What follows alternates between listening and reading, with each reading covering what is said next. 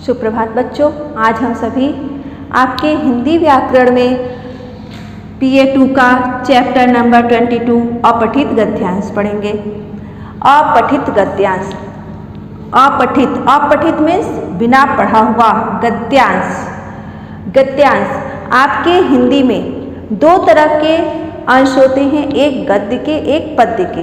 गद्य कहानी, निबंध आदि जो लिखे जाते हैं वो आपके गद्य रचना होती है, और जो कविता, श्लोक आदि आपके लिखे जाते हैं, दोहे लिखे जाते हैं, ये आपके पद्य रचना होती है। तो हम सभी यहाँ अपठित गद्यांश को पढ़ेंगे। अपठित का अर्थ होता है बिना पढ़ा हुआ, अर्थात जिसे पढ़ा ना गया हो, यानी जिसे पहले ना पढ़ा गया हो, उसे हम कहते हैं अपठित गद्यांश।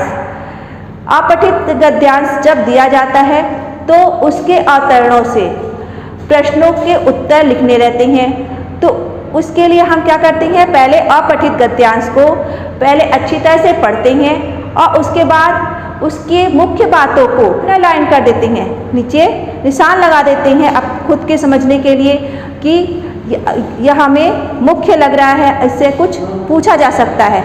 तो इस और अपठित गद्यांश को हमें कई बार पढ़ना चाहिए और उसके अर्थ को समझना चाहिए कि आखिर वह कह क्या रहा है, और पूरे जो गद्य होता है उसका जो अर्थ निकलता है वही उसका शीर्षक होना चाहिए। अगर आपसे पूछा जा सकता है कि अपठित गद्यांश का शीर्षक लिखिए, तो आप पूरे गद्यांश को पढ़ेंगे, फिर उसका जो अर्थ निकलेगा उस अर्थ के आधार पर ही उस गद्यांश का शीर्षक लिखा जाएगा। शीर्षक यानी उस गद्यांश का नाम लिखा जाएगा।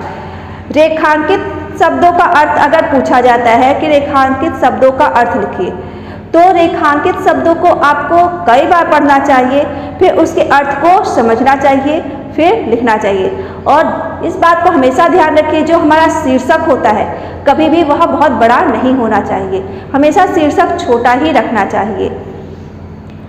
अपठित गद्यांश को जो हम लिखते हैं, अगर उसका सारांश कहा जाता है कि अपठित गद्यांश का सारांश लिखिए, तो हम क्या करते हैं, अपठित गद्यांश के सारांश को अपने शब्दों में छोटा करके सरल शब्दों में लिखते हैं। सारांश का अर्थ ही होता है सार का अंश, यानी उसकी मुख्य बातें, उसमें वह क्या कहना चाहता है, उसका भाव क्या है, वही बताना रहता है। उसको हम कहते हैं सारांश, यानी सार का अंश। तो उसको हम सरल शब्दों में लिखते हैं, अपनी भाषा में लिखते हैं। ये तो हुआ हमारा कि अपठित गद्यांश के प्रश्नों को उत्तर देने के पहले हमें किन बातों का ध्यान रखना चाहिए।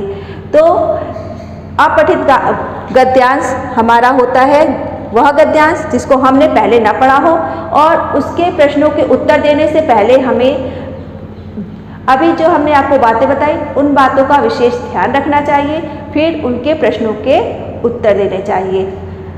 धन्यवाद।